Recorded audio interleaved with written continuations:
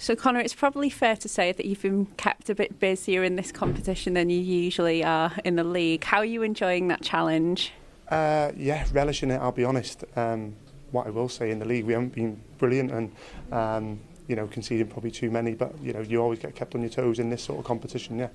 And there's been a fair bit of chopping and changing as well with the back four, hasn't there, recently? Is that affecting your communication at all? Not really, because everyone knows their jobs. When you do your team shape and stuff, the lads tune into each other's jobs. So, it's more the 900 fans behind your goal that affects the communication more. But no, not really. No. Obviously, it's far from over at this point. But how much has the experience that you've had and enjoyed this season? How keen are you to experience that again in the future now? Yeah, unbelievable. It's been class, and I think we've got to get our head switched onto the league. It's been difficult juggling all the competitions this year, League Cup, Welsh Cup, but we've got to get our heads back on that now. Fair play to the teams that are pushing us.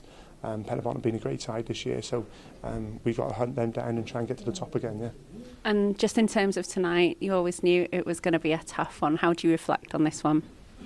What is a rebound and a penalty? So I'm actually a bit gutted, to be honest. But no, listen, the 10 in front of me do their jobs as well, don't they? Work their socks off, so they make my job a lot easier. But yeah, what an experience again.